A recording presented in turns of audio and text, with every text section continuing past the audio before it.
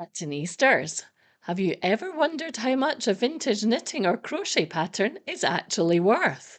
You really won't believe how much has been paid for some vintage patterns in 2022, so let's find out. Now, knitting and crochet isn't always a cheap hobby given the price of yarn, but most vintage patterns are resold for pence in the pound or handed down, of course, through generations for free. So these expensive sales are exceptions. But if you really want to buy a piece of history or a special out of print pattern, how much would you actually pay a reselling site? This is my equivalent of the reviews of 2022 that all the wonderful knitting and crochet podcasters are doing. I thought we'd take a look at the most expensive knitting and crochet patterns sold on eBay in 2022. Now, who knows why a buyer paid so much? Why don't you share your theories as to why these 10 pattern sales were so valuable at the time? For this video, I did a search of the sold listings across a number of the eBay sites. I looked at USA, Canada, UK, and Germany only though. So feel free to do a search on your local eBay site to see if you can beat the prices paid here. Which country do you think had the most expensive sale of patterns? It's actually quite easy to check for sold items and the listings on the advanced search on eBay. So why don't you give it a go? Let's start with Germany's sales first though. Now, Germany's most expensive sale was a lot of 95 magazines called Diana generally. They were sold for €59, so not a large price per paid, but certainly quite a lot for 90s magazines, although I'm sure they will provide a lot of inspiration and a lot of reading. Hopefully this will keep someone or a group happily knitting this winter. You can see also that the 3 most expensive lots were also for magazines in Germany rather than individual patterns, interestingly. And whilst most people recycle magazines nowadays, or maybe have even stopped buying them in print altogether, I do wonder why people are buying vintage magazines in Germany. As an aside, I wonder if care homes have ever thought about buying old magazines for residents, maybe not just the knitting ones. I'm sure it would be a brilliant way to start conversation flicking through the magazines so the residents can reminisce about all of the things they've created in the past. Now, I recognise eBay clearly doesn't cover all the places you can sell knitting or crochet patterns, and it only tells you what one person was willing to pay on the day. So if you know of a more expensive pattern that's been sold, either for knitting or crochet, we would love to all know where it was sold and how much for. So please share in the comments to this video. It doesn't necessarily have to have just been bought or sold in 2022. Just to be clear, I'm a collector only for my own knitting and crocheting journey. I don't sell patterns on eBay or any other reselling sites. So this most expensive review is just for interest only. Also, I don't buy any of these listings, or I haven't anyway this year. So I'm relying on the seller's photos in this video, so I can't flick through the magazines as I would do on some of my other videos that you may have seen. These patterns, of course, are all printed on paper, so the intrinsic value of them is not high.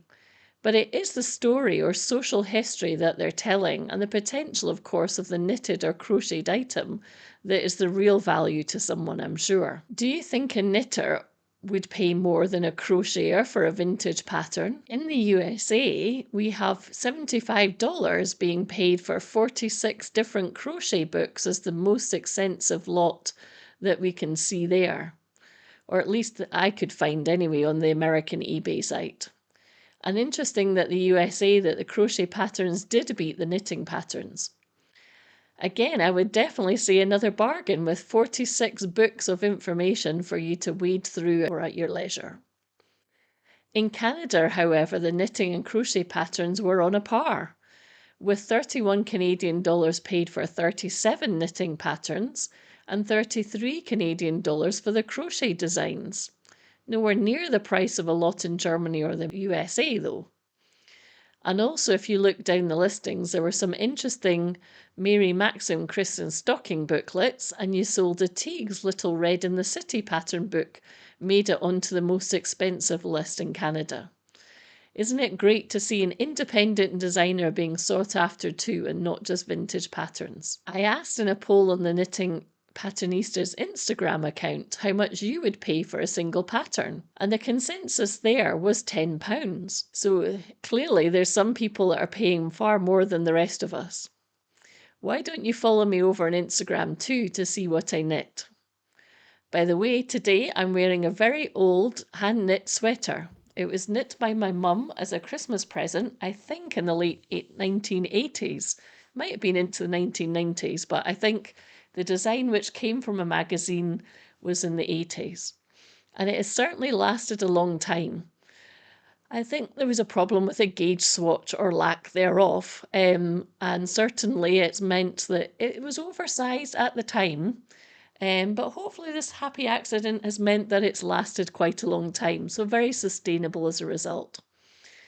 And this Christmas pattern was very much something that has become a big hug for me every year. And I hope that whatever you knitted as gift knits have been as appreciated this year as well. So now we've got to the UK. How much do you think some of the listings went for here? I think you might be surprised. There was 23 Stitchcraft magazines, which were vintage from the 1935 to 40 range, fetched a whopping £130.68. Now, there were 6 bidders after that listing from the Sue Ryder charity, so it definitely got a decent donation for those lots of magazines. Now, if you haven't seen a Stitchcraft magazine, they have a very interesting mix of knitting, embroidery, and of course all of the adverts. And I've often used some of these in my past videos. Although I don't have the specific months that were actually sold in this listing, I'll insert some footage as an example from my collection so you can actually see what the Stitchcraft magazines look like. Now, a lot of over 100 vintage knitting and sewing patterns, it said, was sold for, wait for it, a whopping £151.49. Now, that's a massive price to pay for your knitting patterns, but I suppose if they were all broken up for resale as individual patterns or sold as a collection to maybe a museum or such as the Knitting and Crochet Guild have, that wouldn't necessarily have been an unfair price per pattern, but a whopping amount paid.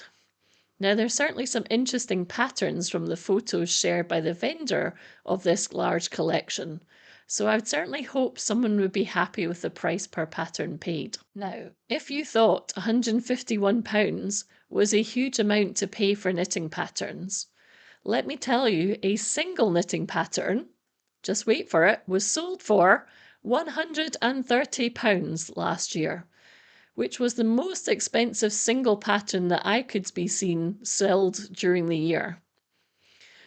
So, what do you think it was a knitting pattern for? How old was the pattern given that amount of price? And any guesses as to the pattern designer? I have to say, given that amount, I do wonder if the competing bidders thought they were actually buying a finished item or all of the wool to make it and not just the pattern. But who knows? Maybe it was that sought after. Before I put you out of that suspense, I thought I would mention some other notable patterns that were resold in 2022 in the UK, in case you come across any in a charity shop, thrift shop or op shop, whatever you call them near you. Or of course you're tempted to resell some of your granny's collections to raise some money to pay for your energy bills this winter. There was Weldon's Pussycat knitting pattern number 306. It sold for £51, and the 3D original price certainly suggests it was maybe a 1930s to 40s pattern potentially. I do wonder if someone was after this to knit a very special Christmas gift. And I hope there's some very happy child out there with a knitted cat to cuddle now. There was also a very interesting Weldon's pattern book called Quick Change Siren Woolies.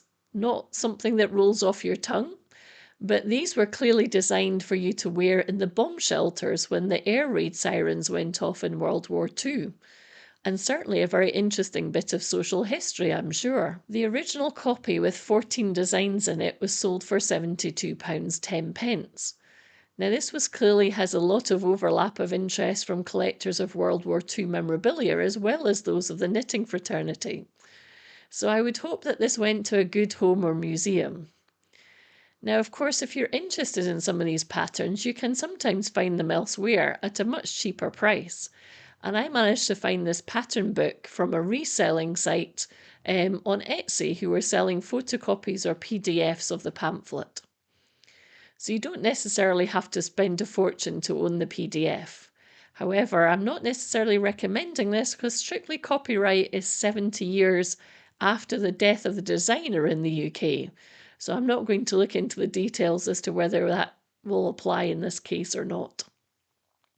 However, you can certainly look at some of the pictures that they've put up there to see if it entices you to spend that amount of money. Now, the most expensive crochet patterns I found resold on eBay's UK site was for a lot of 146 patterns, and that sold for a whopping £114.99. That extra penny was obviously the difference, which again isn't too expensive per pattern really, I suppose, but not quite on the £152 for the knitting pattern collection. So, what did you guess was the most expensive single pattern at £130? You've had some time to think about it. It was actually from the 1970s. Now, was that the era you expected to be most valuable? It was Sidar's pattern number 5620 and was originally sold for 9p, so that is some return on investment. It was designed with chunky wool and was for this cape poncho, which certainly looks incredibly stylish. So Sidar, if you ever want to really release a vintage knitting pattern, just like the big commercial sewing patterns have done with their sewing reproductions, this might be the knitting pattern to do it. Certainly there was a lot of interest in it. However, as it was originally released for a chest size of 33 to 38 inches, those of us as knitters with a much larger, in my case, or even smaller bust sizes, I'm sure would appreciate if it would be graded to be certainly more size inclusive for nowadays, and certainly save us all the hassle of having to do it ourselves. Clearly with 36 bids, there were a lot of interest in this pattern, and it certainly drove the price up over the number of days it was listed. And who wouldn't love this stylish cape? Certainly wouldn't pay that amount for a pattern though. However, did the two bidders think they were buying the finished item? Or they must have really have wanted to knit this pattern to have paid that much in my mind. But what do you think? And of course, if it isn't going to be re-released, then maybe an independent designer out there will be inspired to create something similar. There certainly, I suspect, is an interest there with 36 bidders to start with. So what does this fun review of 2022's top 10 sales tell us?